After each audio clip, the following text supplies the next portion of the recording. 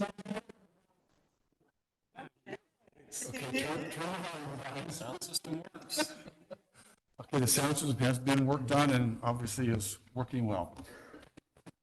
Good evening and welcome to the Weaverville Town Council Workshop on Tuesday, December 12th, 2023.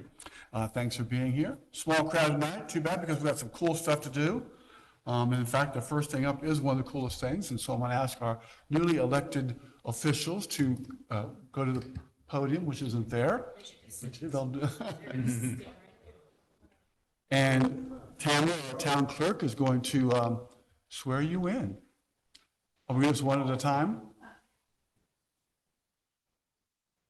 Do you, Peter McGuire, solemnly and sincerely swear to support the Constitution and laws of the United States, to be faithful and bear true allegiance to the state of North Carolina, and to the constitutional powers and authorities which are or may be established for the government thereof, to endeavor to support, maintain, and defend the Constitution and laws of said state, not inconsistent with the Constitution of the United States, to the best of your knowledge and ability, and to faithfully discharge the duties of your office as council member of the town of Weaverville. So help you. I do.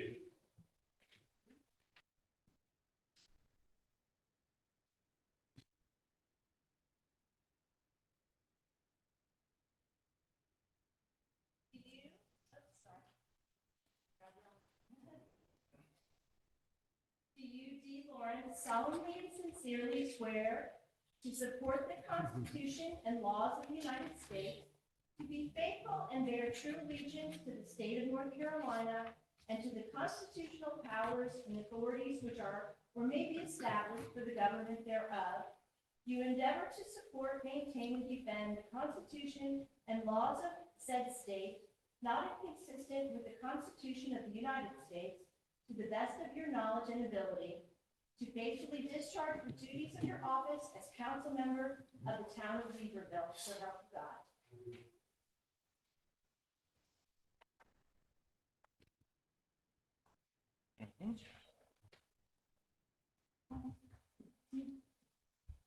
Did they get the pictures? I got pictures. Okay. We're not going to do you again? Yeah. I don't think so. Okay. Yeah. Oh, John. That's all right. Don't read into this, John.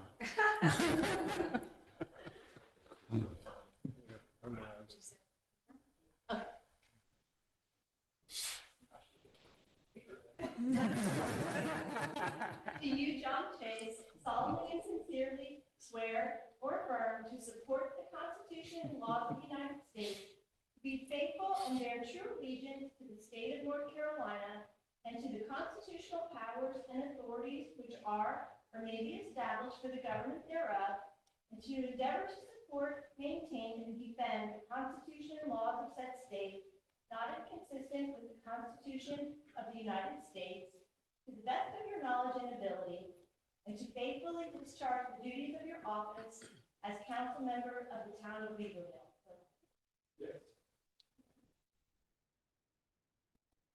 Do I need to sign it?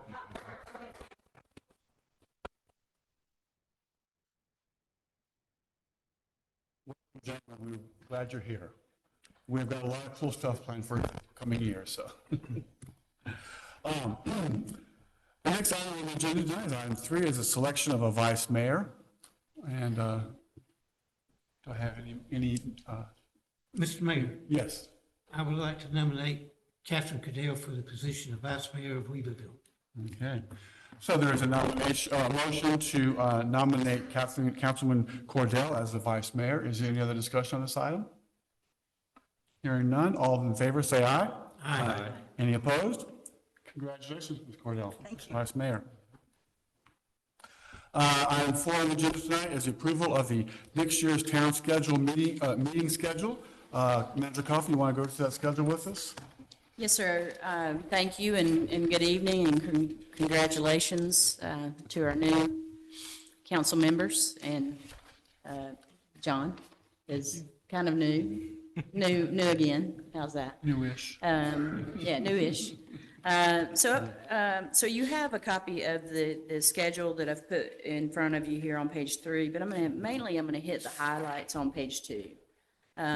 This schedule closely follows what we've done in the past year. But I do want to call out just a couple of areas where we have made adjustments, as we have in the past, for Memorial Day, Thanksgiving, and Christmas holidays. Due to the Memorial Day holiday, we're recommending that the May workshop be held on the second Tuesday as opposed to the third Tuesday, which is May 14th, and that the regular meeting be scheduled for the third Monday, which is May 20th. And again, that is in Memorial Day is the 27th, so that is pushing back a little bit.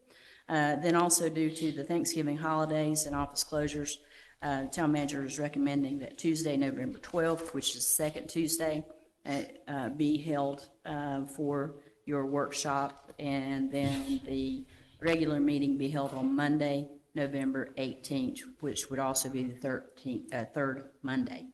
And then finally, the Christmas holidays and office closures, we would recommend that the workshop be held on December 10th, Tuesday, December 10th. That is also the second Tuesday.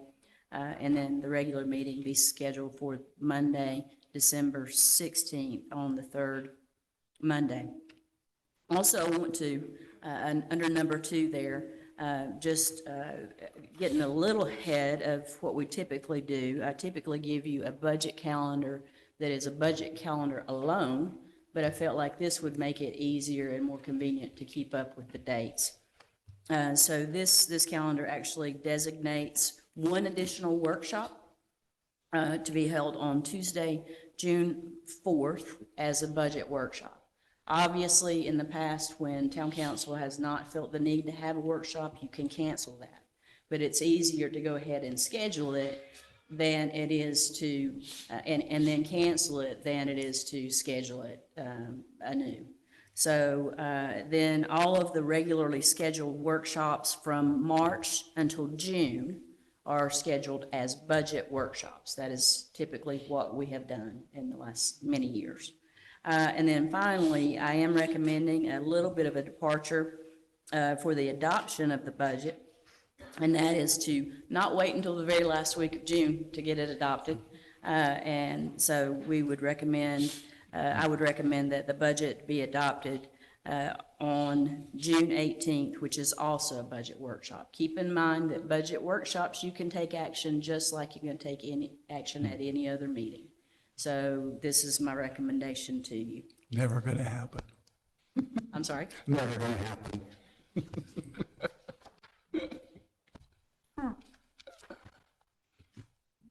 Any questions for the manager? Thank you. It was good to schedule the extra workshops. I hope we can be early on the budget. So is there a motion to approve this schedule then? Would someone make such a motion? I'll make a motion. Thank you. Thank you. All those in favor, say aye. Any opposed? Great. That the schedule as outlined by the manager is approved for 2024. Item number 5 on the agenda tonight is the rules of procedure. A brief review and proposed revisions from our attorney, Jennifer Jack. Yes, thank you. So the town council in 2022 adopted your first formal rules of procedure that essentially governs the conduct of your meetings. I'm going to just kind of hit the highlights. Most of town council has had these and was part of the original adoption. There are a couple of changes that are proposed. But I will also, I know we've got a couple of new members, and so if you've got questions as we go through, please stop me. The first highlight that I'll make is that we've had some questions concerning remote participation in council meetings. I know town council in previous iterations has felt like it was really important to have the meetings open and available for folks that may not be able to attend in person. And so they have continued the remote participation by citizens on meetings. So we're recording for Zoom, we're or live streaming via Zoom for folks that do participate. That is not true, though, for town council members. Unless there is a law change or unless we are back under a declared public emergency, you do not have an ability to attend a meeting remotely. You cannot participate, I'll say that way, you cannot participate in the meeting, meaning you can't be part of the quorum and you can't vote. But you can certainly attend and listen, and really you can discuss if town council is able to hear, but you cannot vote, you cannot be part of the official meeting. So I just wanted to point that out to you. We will continue that process. There are legislative attempts to alter that, but so far they have not yet passed the legislature. Closed session is obviously we want open and transparency within government. That's sort of a critical concept. But there are certain things that must be done or should be done in closed session. And so those are sort of the exceptions to the openness of your meetings. We'll talk more about that. Something that I will I really noted this more with the planning board recently than town council, but I'm going to ask you, when you do your voting, please do your A's and nays. Don't just raise your hand or make a nod, because it's hard for us to capture that on an audio. If you're in the audience, it's pretty obvious. If you're watching a video, it's pretty obvious. But sometimes we're left with literally the recording. And if the town clerk or I'm like taking notes, it's hard for me to see what's happening.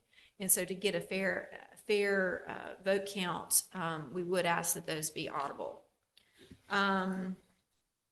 The first change really that is proposed, and interestingly, it was proposed by the two outgoing town council members, and that's under your organizational meeting. This is on, is that right? Is it page 10 of your agenda packet?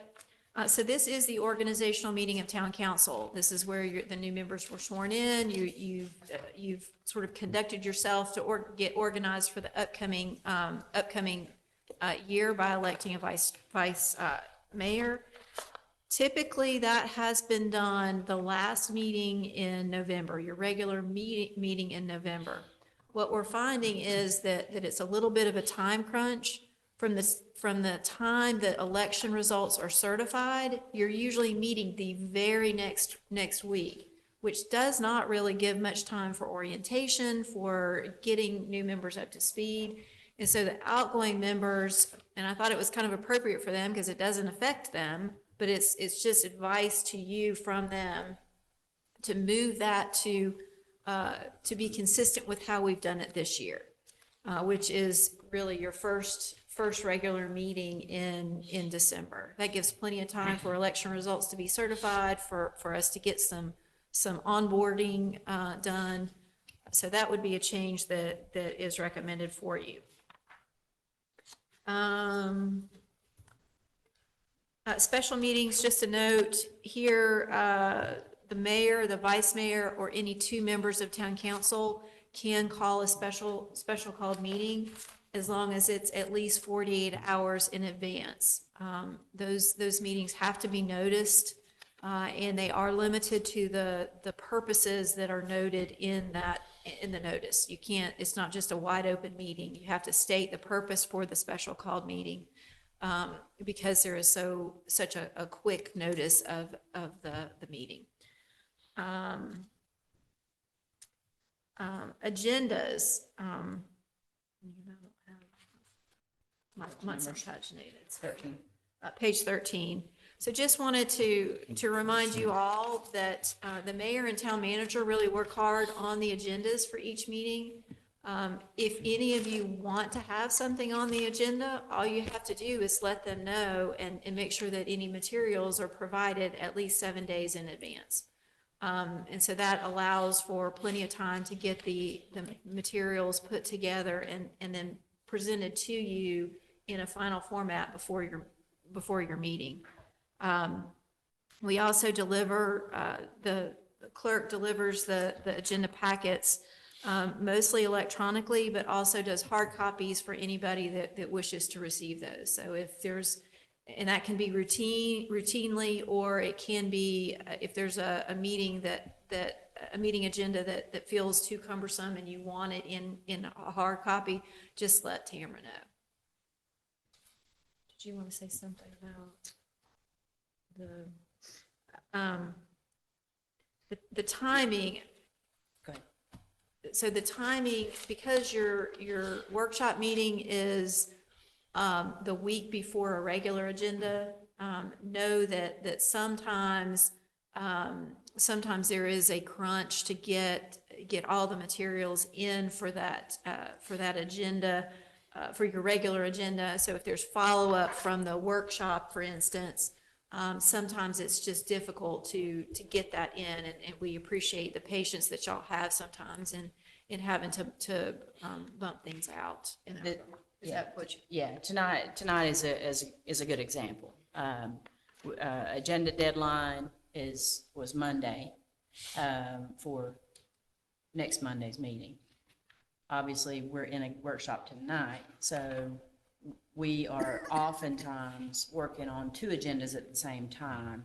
So if there are times when maybe we have to present materials to you during the meeting on the regular meeting on Monday, please be patient with us, because we have been we've been trying to get information from developers or architects or whoever, and we've been also working on that other agenda. So this week is actually a good example of how that works. And so this week, agenda deadline is Monday. The agenda for Monday night will be distributed to you on Thursday morning. That's going to be true every month. Mm-hmm. It is. Yeah. Yes. Seconds to motions are not required. Town council sort of eliminated that requirement when they adopted these rules. It's very easy. I think town council actually has gotten the hang of it. So, but again, if a second comes in, it's not out of order. It's not inappropriate. It's just not required. Adoption of motions is typically just a majority vote. There are some exceptions to that, and one important one is the adoption of ordinances on first reading, first introduction, first time that you're seeing that. That has to have a 2/3 majority to be effective and to be formally adopted at that first reading. And there are some exceptions even to that, though, if like the land development ordinances, for example, have public hearings, and so that can be adopted on less than 2/3 vote on first reading. But know that I pay attention to that. That's not something that you have to pay attention to unless I stop us. But that is, just wanted you to know. Duty to vote, this is an important one. Mayor and every council member is expected to vote on every matter that comes before you unless you are excused from that vote. Excusal is really due to conflicts of interest, which we can spend more time on. And there is a procedure for excusal. What I would expect, you typically hear the mayor at the beginning of the meeting asking you, is there anybody, does anybody have a conflict of interest concerning any of the items on the agenda? We expect that you would have sort of looked at that agenda, and if you've got any financial or associational or relational family conflict, that you would say something so that we could work through that up front before a vote might be tainted by a conflict of interest. It does require town council to actually take a vote to excuse you. If you're not excused from a vote and you fail to vote, that's counted as a yes vote. So just know that the default is is that it is a yes vote, with very, very few exceptions on that. Ordinances, I'll speed up here. Public comment periods, we get this question from citizens sometimes. You are required by law to provide at least one opportunity a month at a regularly scheduled meeting to hear from the public on any matters that they wish to bring forward to you. That historically has been done at your regular meeting. There's always a general public comment section of that meeting, not typically at workshops. That's held to your regular meeting. Appointments, I don't think there's much there on that. The other change, sort of at the back, you've got the Appendix B has rules for public comment and public hearings. We've got a couple of changes that we propose there, and one is to note, page 27, one is to note that we do plan to record and make meetings publicly available for listening and streaming unless technological issues are experienced. We had that relatively recently and felt like it was important to stick that disclaimer in this set of rules. And then the last one is on, it's number 13 on page 28.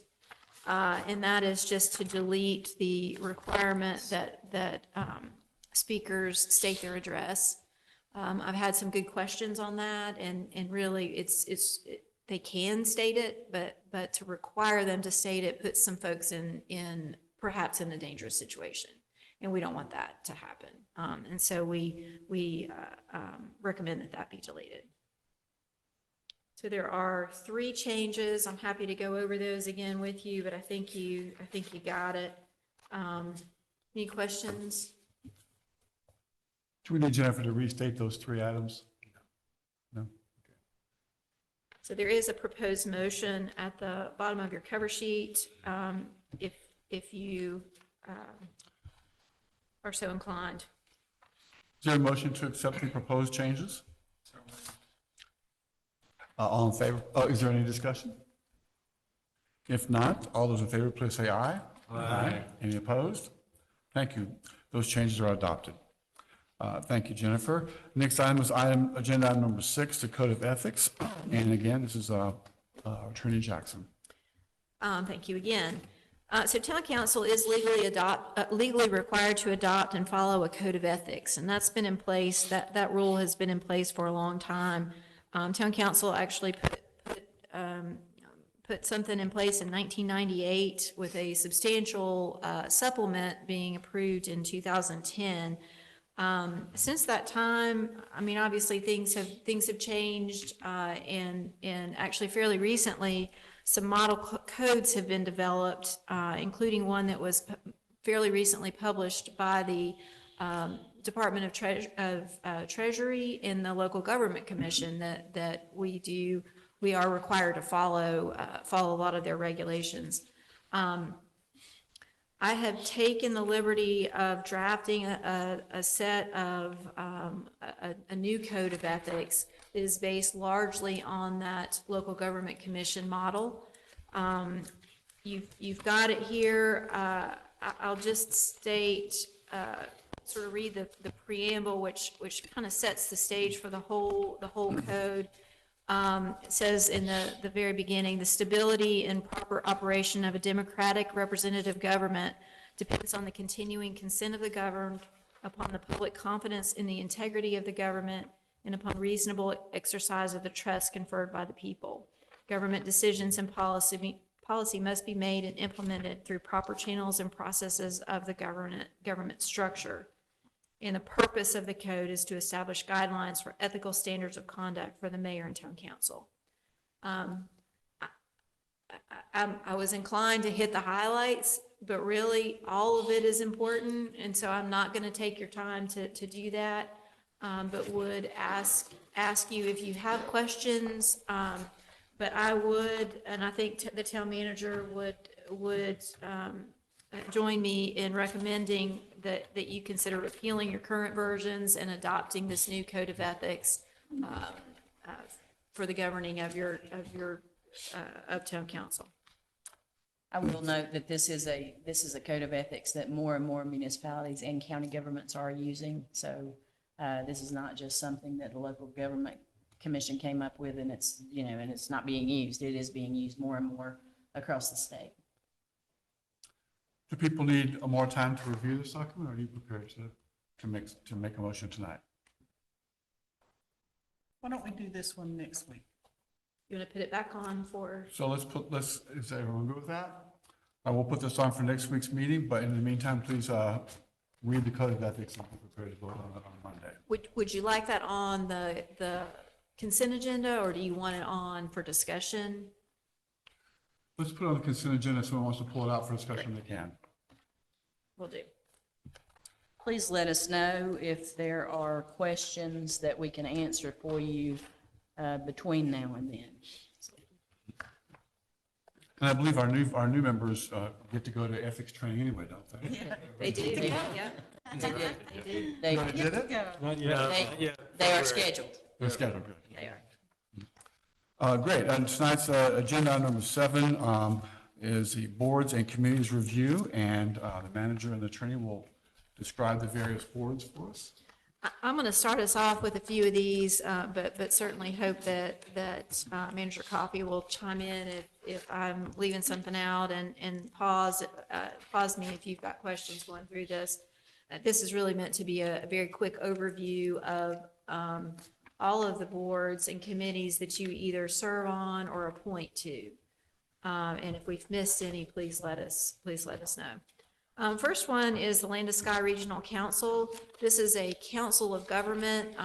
The state is divided up into different regions, and the region that we are in consists of Buncombe County, Henderson, Madison, and Transylvania counties, and all of their municipalities within each of those counties. It is a multi-county local government planning and development organization. They reach county municipal borders, providing technical assistance to local governments and administering projects and programs with benefit of the region's citizens, most particularly to the town of Weaverville. They provide economic and community development assistance.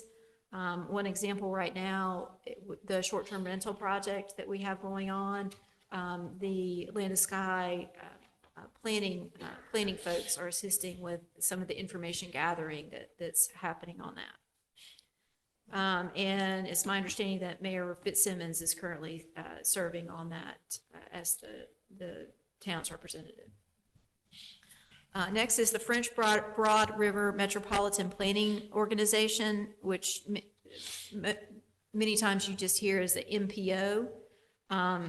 Councilmember Vice Mayor Cordell is the representative of the town on that one. And it is a partnership between local and state government that makes decisions about transportation planning in urbanized areas and meets planning requirements established by federal authorizing legislation for transportation funding. They prepare long-range transportation plans with a 20-year horizon. So this really is a long-term planning organization. They develop annual planning programs and assistance in prioritizing projects to be included in what's called the TIP, which is the state's Transportation Improvement Program.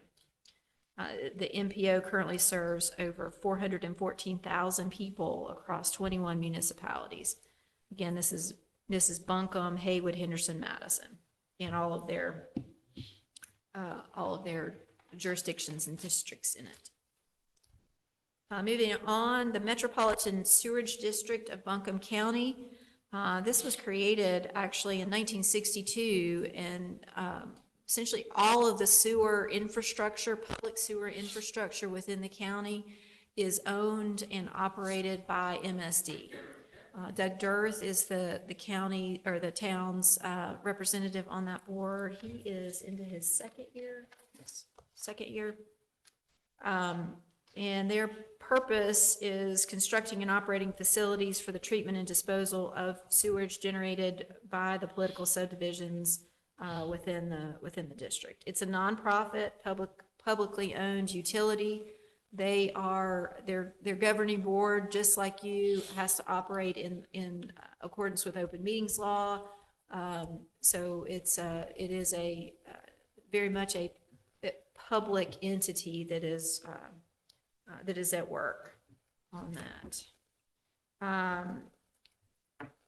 One of the important things that they are working on, and I think we heard Mr. Girth say this, that they are working on some strategic planning for the future. Typically, the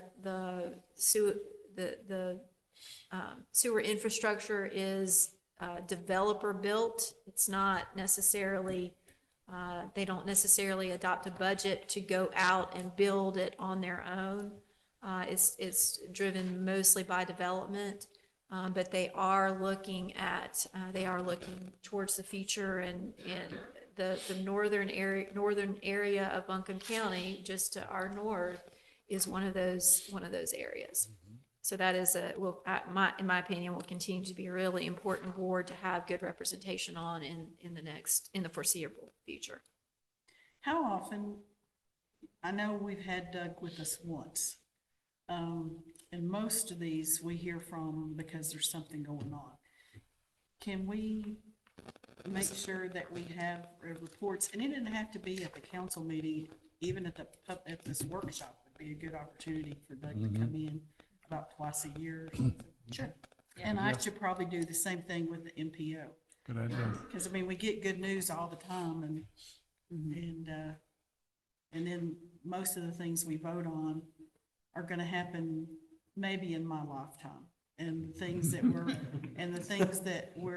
that are happening now that people have questions about were things that got voted on 8 and 10 years ago. I think that's one of the really important reasons we're having these discussions is you do have representation, and if you're not hearing enough from those representatives, I think that's an easy ask for them to periodically appear before you. Doug has, I think, kind of appeared once a year-ish, but if you want more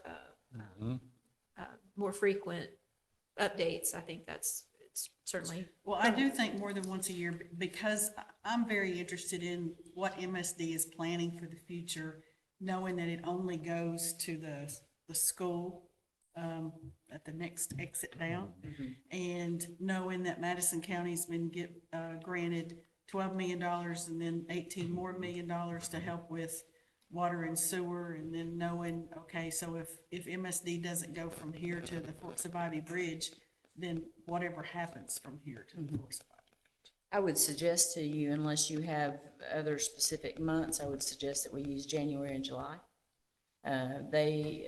Everyone is on the fiscal year, so July is a good time to kind of share what is in the budget for each of these organizations, and then January is obviously a good start to a new calendar year. So does that sound appropriate? Yes. So I think you bring up an interesting point. Is Madison County part of the MSD? No, but see, they got, But they got a lot of money, so they're right, gonna that's supposed to help with so there's water gonna be a and lot of sewer. interface between MSD and Madison County coming up. Good point.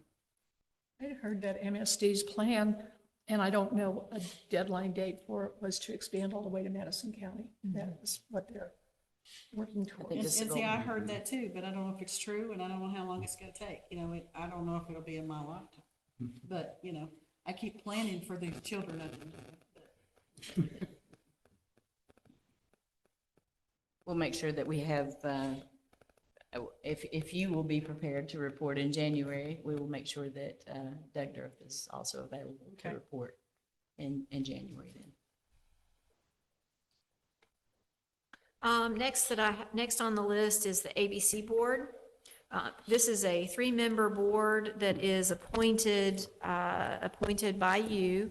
The ABC Board essentially is charged with running the operations of the governance and operations of the ABC store.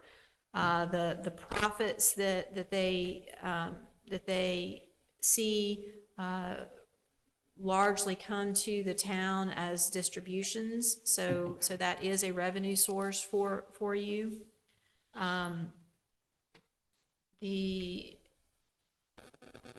When you appoint, the state law says that you are supposed to appoint members on the basis of the appointee's interest in public affairs, good judgment, knowledge, ability, and good moral character.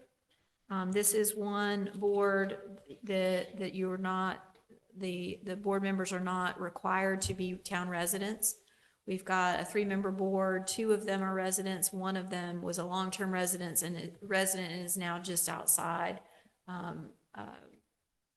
the municipal borders there. This is also the only board that receives compensation. And they get, town council has approved in the past for them to receive $600 per quarter. And they do have quarterly meetings. I would say they probably have 6 meetings a year.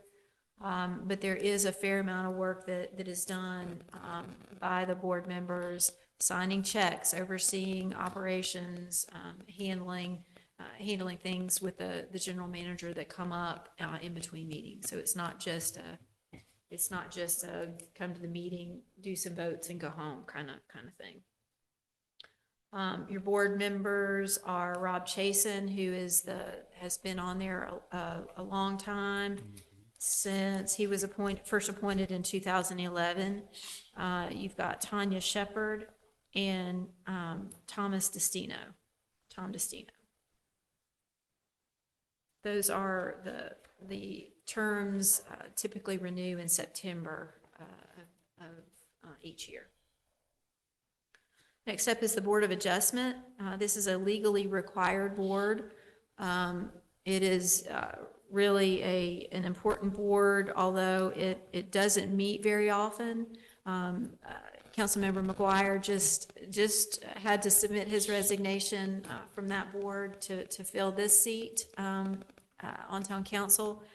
So you're actually going to be seeing a recommendation to fill a vacancy at your meeting on Monday.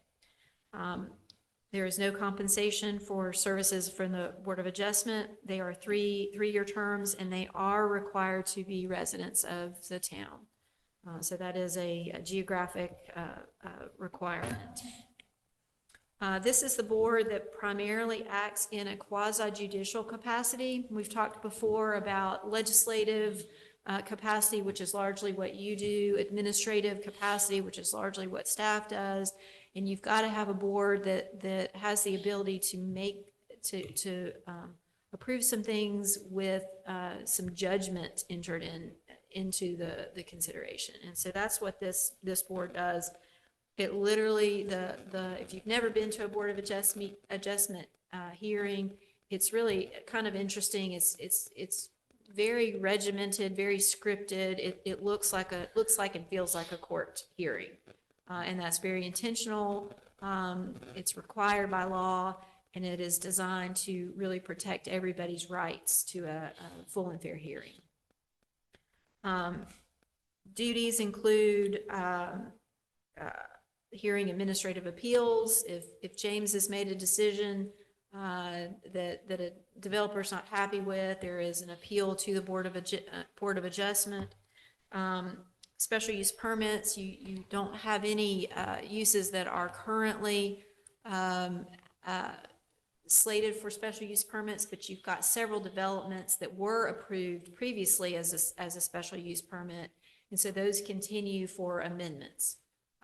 So that's there. Variances are probably the most common thing that comes before the Board of Adjustment, and that could be a variance of a front yard setback, a minimum lot size, things like that. A lot of the non-conforming uses have matters that are related to variances.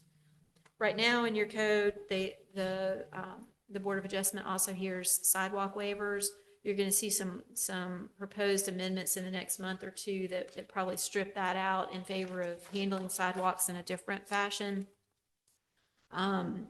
screening and buffering, extending some times on non-conforming uses, public health nuisance appeals, animal control appeals. Recently, you instead of carrying two boards that were essentially quasi-judicial boards,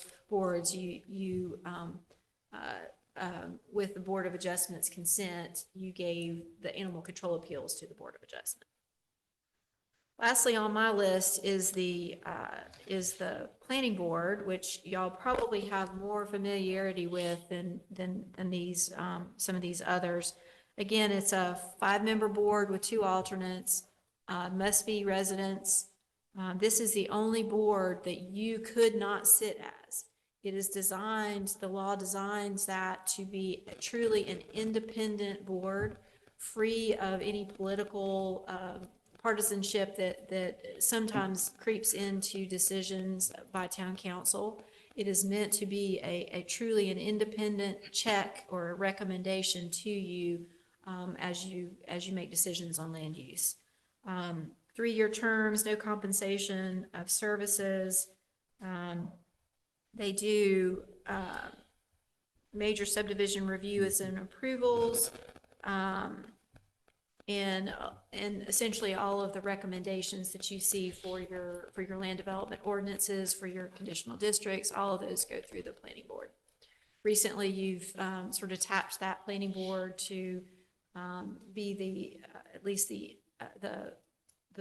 project lead on your short-term rentals investigation. So they are actively involved in that, and they are very involved in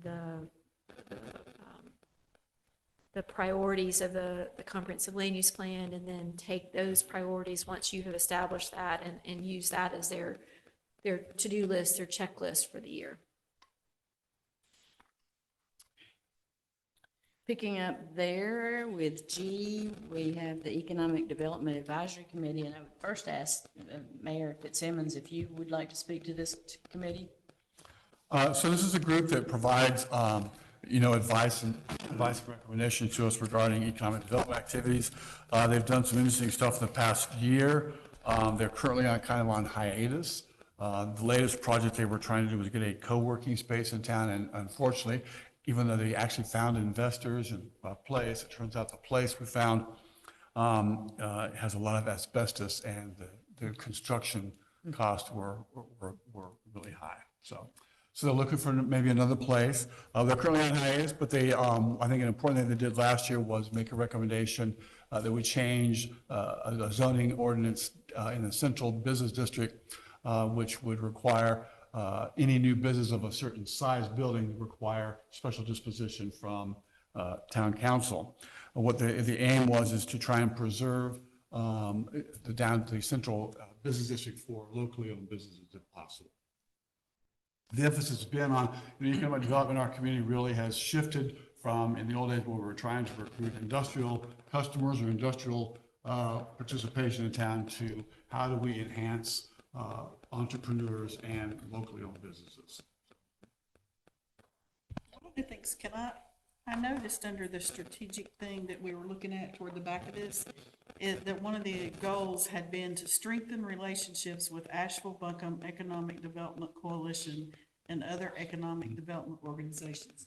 How would they do that? Where would they do that? So that is a function of the Chamber of Commerce, and we actually have had the fellow who is head of that, the Economic Development Council, attend meetings of our community. Yeah, and remember that strategic plan was I know, but this economic development. it was, but Yeah. when he appointed the new people, I wondered if that kind of started happening. Yeah. And I'll give you some background from my experience. I meet fairly regularly or I have met fairly regularly with Clark Duncan, who works with us towards economic development partnership.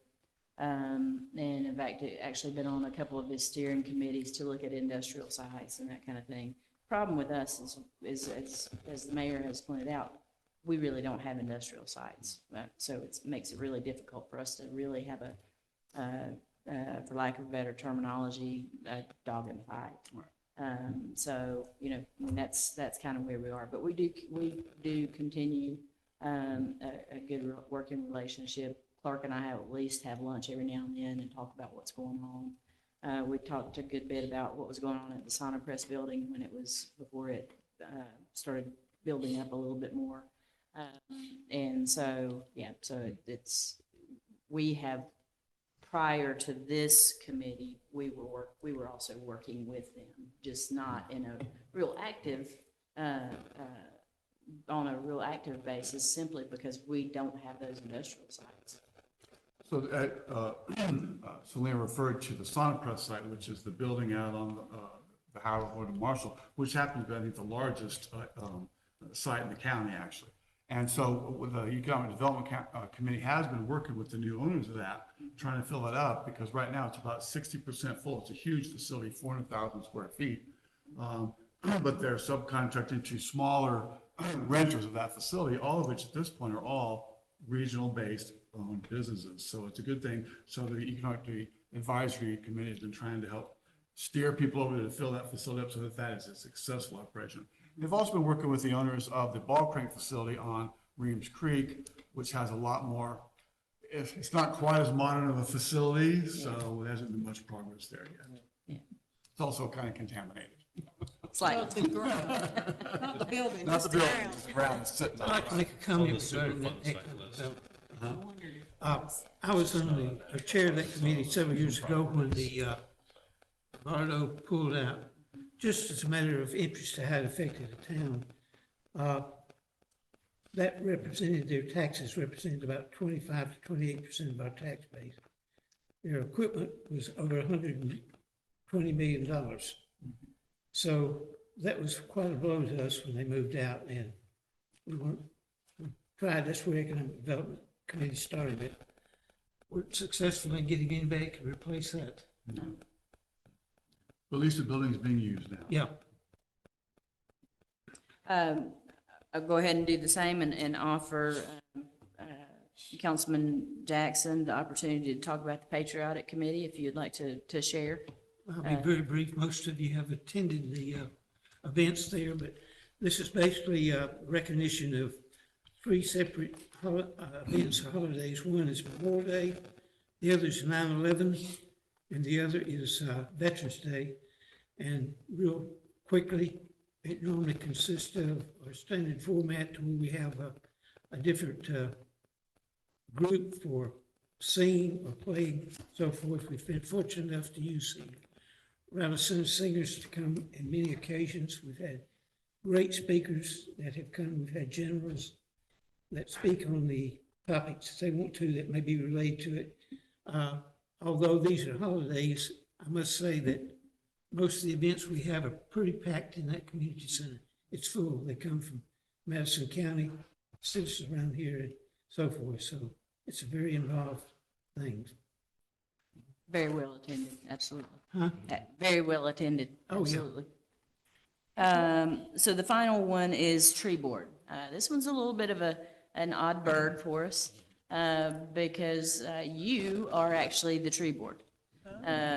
This is, so it is written, you are, the town council acts as our tree board for the town of Weaverville. This has not always been the case. We did have a tree board around about the time when I came along. It was still going on. It was that was 2015. I want to say around 2016 or 17, it disbanded, and at that point in time, the town council became tree board.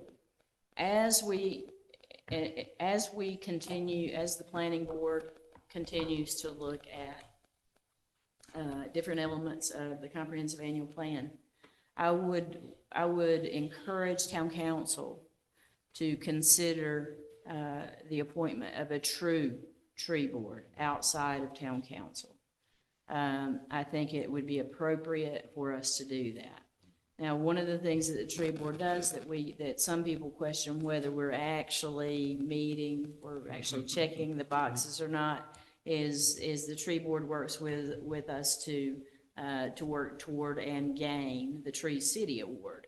We are actually checking the boxes, and we're legally checking the boxes. barely. Just barely. So I would encourage you to actually take some action on this at some point in the near future. And that would be to direct staff. In fact, one of the things that I might expect of you tonight is to go ahead and give me direction to come back to you with a duties and responsibilities summary or something along that line.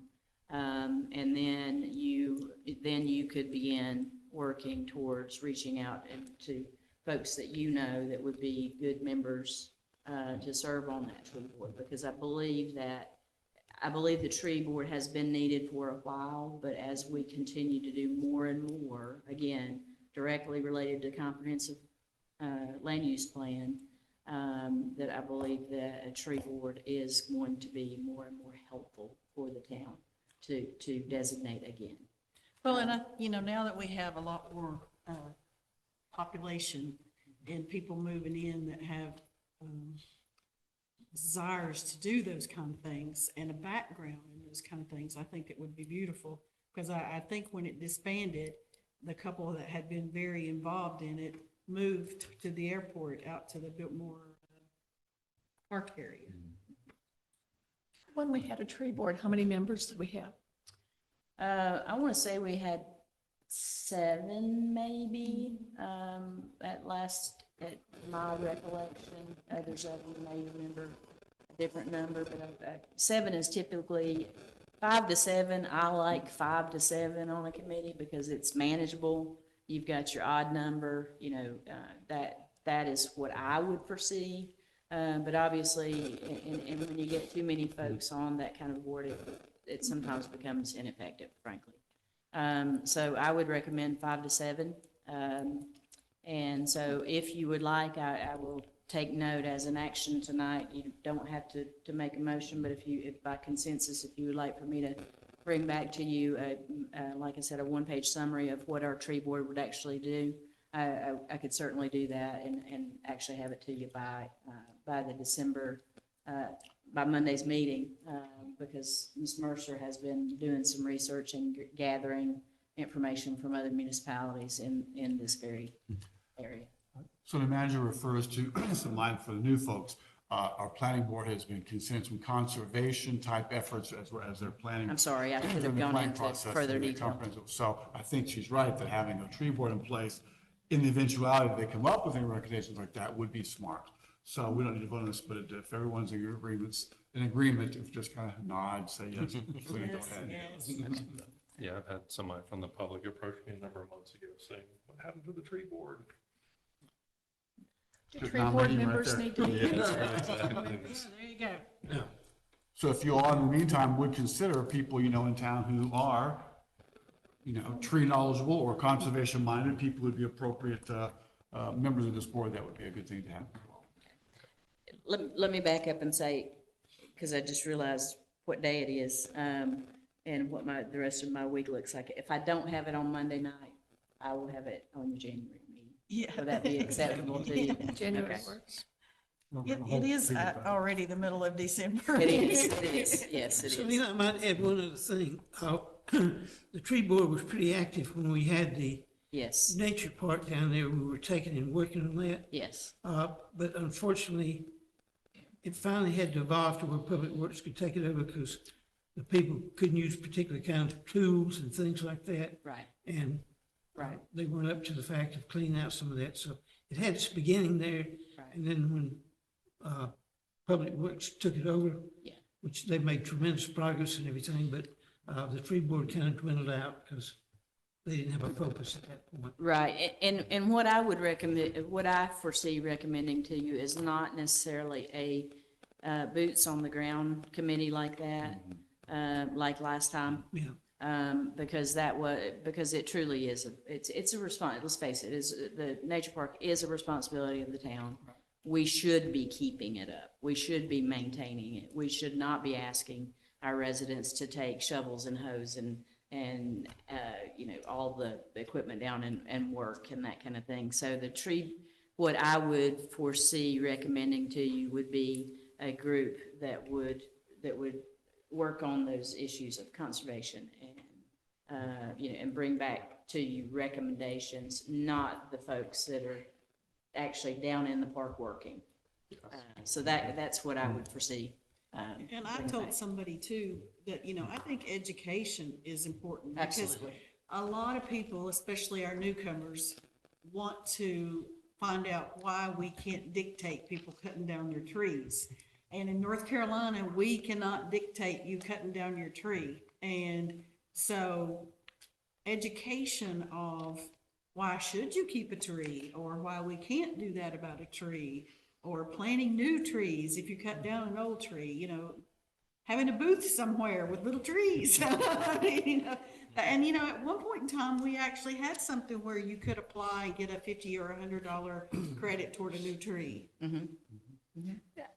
I appreciate you saying that, Councilmember Cordell, because that is a misconception. I'm sorry. It'll take a It'll while. sink in for all of us later. Yeah.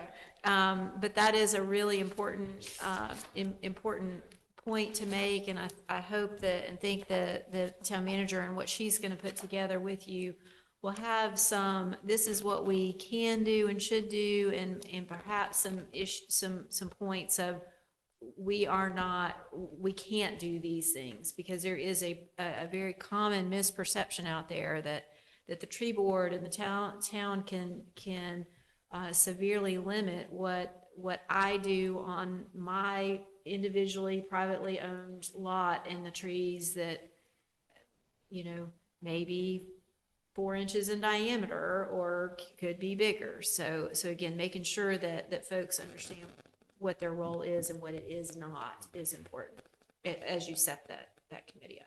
There was the program, the stormwater runoff program that was presented 3-4 months ago, I guess, that would kind of fit under that, I think. Yeah, if you're, I think you're referring to what Black Mountain did, that I shared with council. There was a lady from Land of Sky that came and did a presentation. Same, yeah, Same thing? yeah, same thing. And that is something that the tree board could actually take on, is Black Mountains, as a part of their stormwater program, they actually had a tree sale where folks could, you know, they bought in bulk, and they actually were able to get folks who had, you know, cleared a lot of land to come in and actually purchase trees and replant them as a part of their not only their stormwater program, but also their tree program. Yeah, and Arbor Foundation Yes. does that kind of stuff, like, want trees? Yeah. Give me $10, give me Right. 10 trees. Right. Very good. Are there any questions for either the attorney or the manager with regard to the various boards and committees? Look forward to being appointed to one in the future.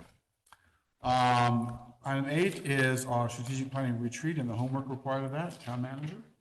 Yes, sir. What you have beginning on page 38 through 55 is a copy of the last strategic plan. As you know, you've heard from both the mayor and I, and we are planning for the planning of the strategic plan. And that retreat will happen on January 20th here in this room, 9 a.m. to 12 p.m. Or thereabouts. Sometimes we push that a little bit more, but we try to keep it in line with that time frame. I have at each of your seats, I've provided you with a very thin booklet on strategic planning. This was developed by the School of Government. It's a good book for you to take a look at, and actually would request that you review it prior to the strategic planning retreat. It will give us a good foundation of where we can start with the next one. The other potential good foundation is the actual 2018 to 2021 strategic plan. It is not completely irrelevant at this point. There are many, many points in this that I believe that we need to pull forward as we have our plan. Mayor Fitzsimmons has shared with you via email that Erica Anderson, who is the Deputy Director at Lambda Sky Regional Council, is planning on facilitating this retreat for us. She has asked that you provide the homework that is on page 56 and 57. You've also received a Word document as well as an Adobe or a PDF document for you to complete that basically asks you the top, what are your top, number one is what are your top 5 to 10 priorities for the town? What are your 3 to 5 strengths? What do you believe are the 3 to 5 strengths of the town? 3 to 5 challenges facing the town, opportunities for the town, and then finally, how has the town already developed strategies to take advantage of these opportunities? So what we would ask that you do is complete that document in either form or even in just written form and submit it to me by January 1. And that way, the mayor and I are able to sit down with our facilitator, go through what has been provided. She's able to do some homework in preparation for the January retreat. Good deal. Any questions regarding the strategic planning process and timeline? Good deal. Well, excellent. Again, congratulations to our new members, and we're glad that you were here. And if there's no other important business before this group tonight, we're adjourned.